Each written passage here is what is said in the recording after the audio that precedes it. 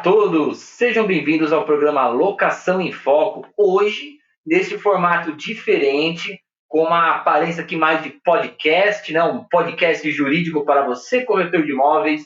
E estou aqui com o Dr. Luiz para me ajudar no tema de hoje, falando um pouquinho sobre uso capião de imóveis locados. É uma questão que de vez em quando aparece sempre um caso meio complexo para a gente, e nós vamos discorrer um pouquinho sobre isso. Então, se você está chegando aqui no Locação em Foco agora e ainda não é inscrito na TV Cresce, se inscreve aí no canal, tá esperando o quê? Dá um like e também me segue nas redes sociais. Segue lá no Instagram, @Prof. Paulo Teófilo, e também se inscreve no canal do YouTube, Teófilo Belcati. Ali eu tenho conteúdo jurídico praticamente semanal, com coisas que nós falamos no Locação em Foco e também outros assuntos de interesse geral. E bora começar aqui, sem mais delongas, tá? Fiz essa pequena introdução. Doutor Luiz, obrigado aqui pela sua participação, hein? Opa, eu que agradeço ao Dr. Paulo, a diretoria do Cresce, pessoal da TV Cresce, e espero, como sempre, ajudar os amigos corretores e corretoras. Com certeza, vai ajudar bastante, sim. Então vamos lá, fala um pouquinho de uso capião de imóvel locado. Quantos casos já não procuraram a gente, o pessoal falando, tenho direito a essa uso capião, tenho direito a essa uso capião, e às vezes você fala para o cliente que ele não tem direito da uso capião, ele começa a ficar nervoso, procura outro advogado. Fala um pouquinho para a gente, Luiz. O cara está alugando imóvel. Ele pode ter uso capião? A princípio, quando ele é o locatário, né? Vamos primeiro falar do locatário, que a maioria das vezes é o clientes que nos procuram são os locatários. Eles, a princípio, não têm o direito da uso capião. O porquê disso? Entre os requisitos da uso capião, que seja qualquer uma das 30, né? Eles dizem que tem mais de 30, né? 36 espécies de uso capião. 99% delas, a pessoa que está pedindo a uso capião, ela tem que comprovar a posse mansa e pacífica do imóvel. E ela tendo um contrato de locação em nome dela, ela não vai conseguir, porque subentende-se que com o contrato de locação existe um locador, que é o proprietário do imóvel, que transfere a posse direta do imóvel para ele. Ou seja, provavelmente ele não vai conseguir essa uso capião. Mas, por outro lado, nós temos aí decisões que dão a uso capião. Em quais oportunidades? Por exemplo, a pessoa alocou um imóvel, ela está lá no imóvel pelo prazo da locação, 30 e poucos meses, 36 meses, ou 24, ou o que seja, e com o final do contrato, ele vai ser prorrogado por prazo indeterminado. E aí passam-se 10, 20, 30 anos, e ele, num certo momento, ele para de pagar o aluguel, por conta de não cobrança do locador, ou qualquer outro fato que ocorra, que aconteça.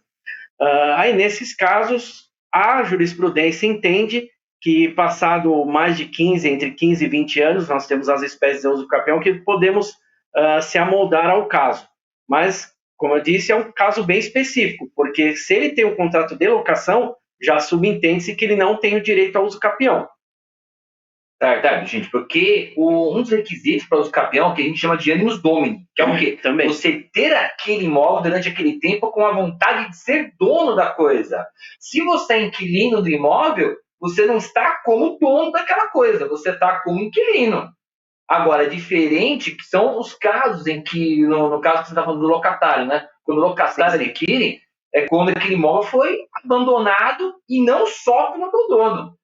O inquilino, ele passou a ser dono do imóvel durante 15 anos. Que aí você vai entrar para os capião extraordinária. Mas só que essa questão, ela fica restrita àquela dos capião extraordinária mesmo. A pessoa está há mais de 15 anos com o imóvel abandonado, e não é só inadimplência do abandono de o proprietário não cobrar o imóvel. Ele tem que comprovar que durante aquele tempo ele ainda ficou como dono. E aí chega aquela situação. Nesse caso, que é bem raro de acontecer, mas existe a possibilidade, qual que é o prazo que eu vou começar a contar a uso capião? Vou começar a contar da locação, ou quando o cara abandonou a locação, ou quando ele começou a exercer como se fosse dono da coisa? Então, essa cobrança, como eu falei, como ele tem esse contrato de locação, esse prazo também, o início da contagem do prazo, é bem difícil de se estabelecer. porque não é somente ele, não vou pagar mais o aluguel e não fui mais cobrado. Ele tem que, por exemplo, dos fatos que podem corroborar com essa alegação dele, ele fazer obras no imóvel, ele fazer os pagamentos, lógico, IPTU e as contas do dia a dia, né, de consumo, e fazer obras no imóvel, por exemplo, fazer obras estruturais, consertar paredes, telhado, etc. E ele vai juntar tudo isso a partir de um tempo X. A partir desse tempo em diante, conta-se os 15 anos.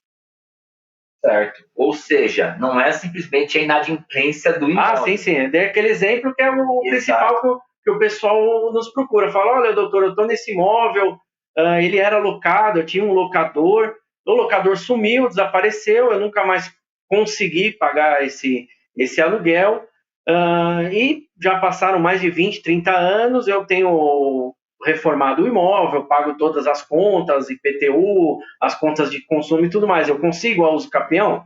Aí, caso a caso, a gente faz a análise e, em cima dessas decisões do Tribunal de Justiça, que já temos algumas já. Certo. E interessante também falar que, geralmente, o cliente, quando procura a gente nessa situação, é porque está com ação de despejo, né? Então, se tiver uma ação de despejo, aí, logicamente, que não tem condição.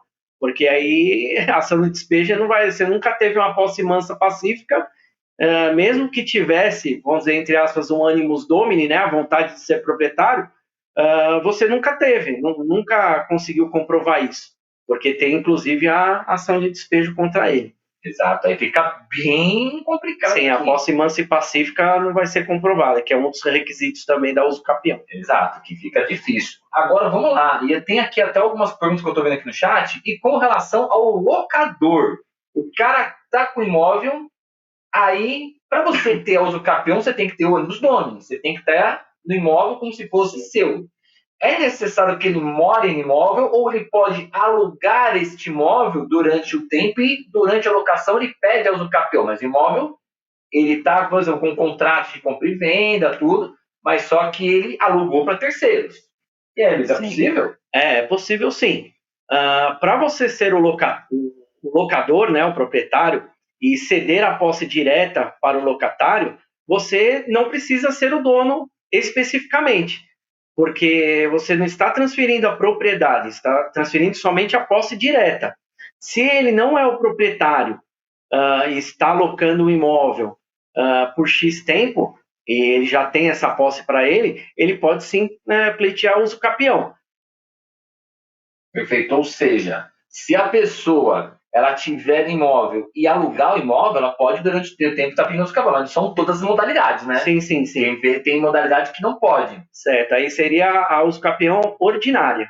Ordinária, que ele tem um justo título, a uso capião ordinária, aquele que ele comprou a posse de imóvel, aquele contratinho de gaveta, ou então aquele contrato, o cara vai no escritório do corretor de imóveis, faz o contrato de compra e venda, entra no imóvel e nunca passou para o nome dele. Sim, nunca passou para o nome dele, ele tem a posse e ele pode ceder essa posse. No momento que ele transfere essa posse, ele resguarda a posse indireta. E com essa posse indireta, ele consegue pleitear a uso capião, lógico que seguindo os outros requisitos, que é o animus domini, que é a vontade de ser proprietário, de ser o dono, o pagamento dos tributos, etc.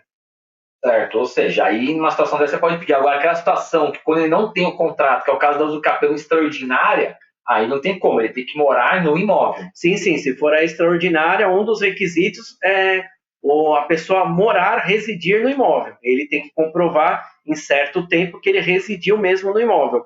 Como que ele vai comprovar isso? Com as contas de consumo em nome dele, né? A Enel aqui em São Paulo, né? Que é de eletricidade, a Sabesp, parte de água, e o próprio IPTU. Ele vai na prefeitura, transfere o IPTU para o nome dele. Isso já são comprovações dos requisitos que ele tem para comprovar o animus domini também. Certo, ou seja, não basta ele só estar querendo comprovar o animus domini do que ele está fazendo, também tem que estar morando lá para ter esse animus domini. Sim, ele tem que morar lá. Aí, quais outras provas que ele vai fazer? Ele vai juntar fotos dentro do imóvel, reformas do imóvel, reforma no imóvel, fotos de festas. Eu tenho aqui uma foto do meu aniversário de 15 anos atrás, de 10 anos atrás, do marido, da filha, a filha que nasceu lá, tem o quarto da filha, vai demonstrar isso por fotos também. Tudo isso pode ser provado por fotos também, fora os documentos, né, que eu já falei. Perfeito. Bom, então a gente pode resumir aqui essa situação da uso do capão do imóvel locado, o proprietário pode estar pedindo uso do capão, contanto que ele tem o contrato, né, de compromisso de compra e venda, Sim, sim. ele comprou a posse do imóvel, mas o inquilino só em situação bem específica. Sim, bem específica, porque a princípio, se a pessoa tem o contrato de locação, ela dificilmente vai comprovar os requisitos. Quer dizer, é um caso muito específico mesmo que ele vai conseguir pleitear o uso capião sendo locatário. Exato. E deixar uma coisa clara para quem está assistindo a gente, nós estamos falando aqui de possibilidade de você ingressar com a ação de uso capião. Isso daqui, o trabalho do advogado a gente vai analisar e vai ver se dá para ingressar com a uso capião. A gente ingressa com a uso capião, ok. Agora, existe também a possibilidade, vamos supor essa questão do inquilino aqui, do juiz entender que por você ter sido inquilino, não tem comprovado esse animus domini. E se você não tiver as provas melhores para comprovar o animus domini, você acaba perdendo o processo e acaba perdendo, de fato, a possibilidade de um dia ser dono daquele imóvel.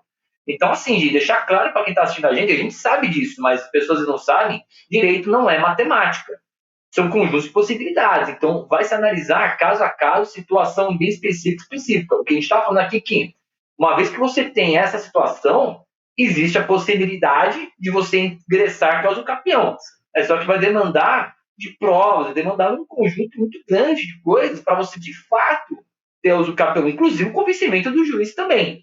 Por isso que isso aqui é uma coisa que não é certo. Na verdade, nada é certo. A única coisa que é certa na vida é a morte, né? Tirando a morte, nada mais é certo na vida.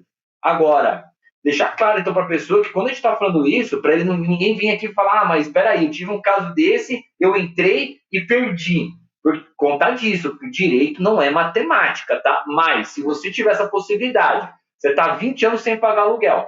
Aí, depois que você pagou um ano, depois que você parou de pagar aluguel, você começou a cuidar do imóvel como o seu, transferir IPTU, tudo pro seu nome, as contas pro seu nome, começou a fazer reforma no imóvel, começou a fazer de tudo como se imóvel seu fosse. Ficou 19 anos dessa forma, aí entendeu que você tem o direito de estar pedindo essa usucapião, porque a usucapião atende, né, Luiz, o princípio da função social da propriedade. Além da função social, houve, comprovadamente, num caso desse, a pessoa está lá há mais de 19, 20 anos, 30 anos, sem pagar aluguel.